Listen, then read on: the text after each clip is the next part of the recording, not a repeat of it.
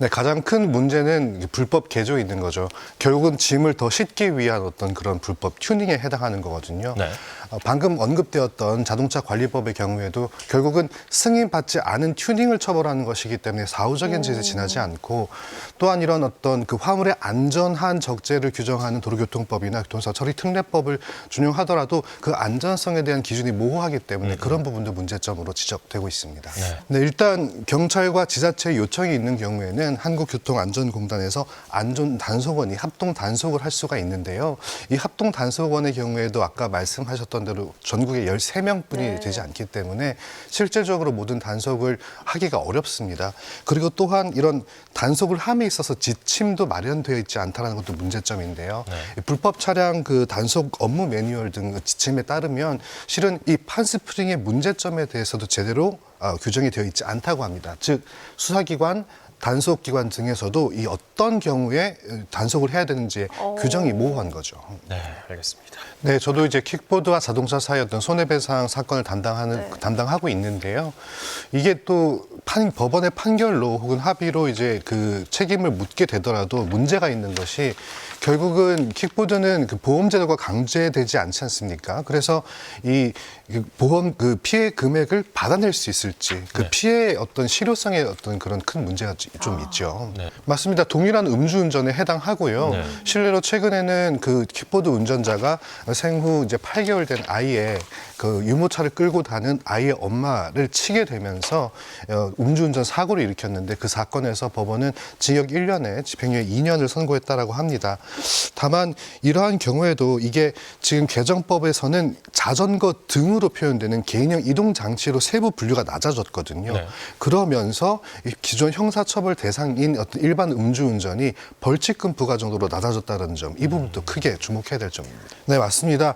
이번 개정안 지금 12월 10일 시행 예정인데요.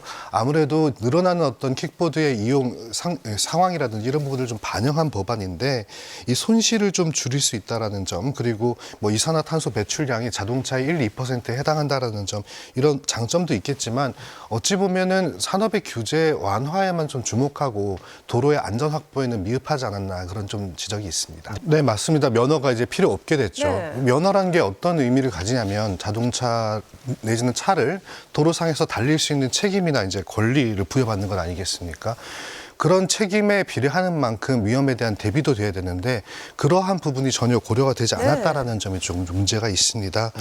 그리고 또 그 개인형 이동 장치라고 하는 것은요, 이제 별도의 어떤 규정을 두어서 현실의 킥보드를 체제 안으로 들여오는 것이었는데 이것이 과연 킥보드의 어떤 구조적인 문제라든지 자전거랑 비교했을 때, 오토바이랑 비교했을 때 특성을 살려서 안전성에 맞춘 어떤 통행법 등을 규정했는지는 다시 한번 좀 살펴봐야 될 것 같습니다. 네, 맞습니다. 이제 입법적으로는 일단은 해결할 수 지금은 개정이 아니면 해결할 수 없으니까요. 그러니까요. 결국 행정안전부라든지 국토교통부에서 좀 관리 지침 등을 좀 마련을 해야 될 것 같아요.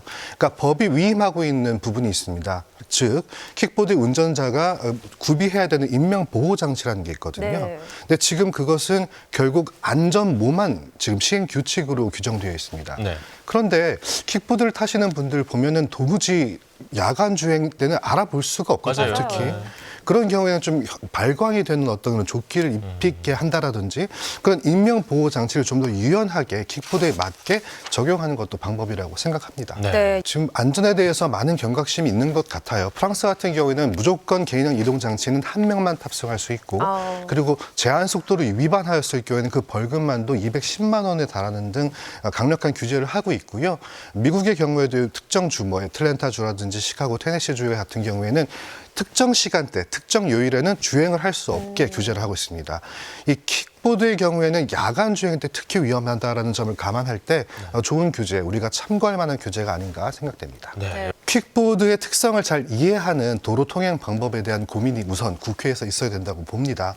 결국은 자전거와 유사한 도로 통행 방법을 해라라는 개정안인데요. 아까 보셨다시피 정지거리도 굉장히 길고요. 턱을 넘지도 못하고요. 그리고 직립 보행해서 타고 가면 그 체력적 그 소모 때문에 도무지 장거리 운전을 할 수가 없습니다. 그런 부분에 대한 특성이 전혀 고려되지 않는 통행 방법이 일단 문제고요. 앞서서 말씀드린 것처럼 일단 법이 마련된 만큼 그 법을 보완하기 위한 정부의 노력이 필요합니다. 그렇죠. 네, 오늘 변호사님 말씀 고맙습니다. 잘 들었습니다.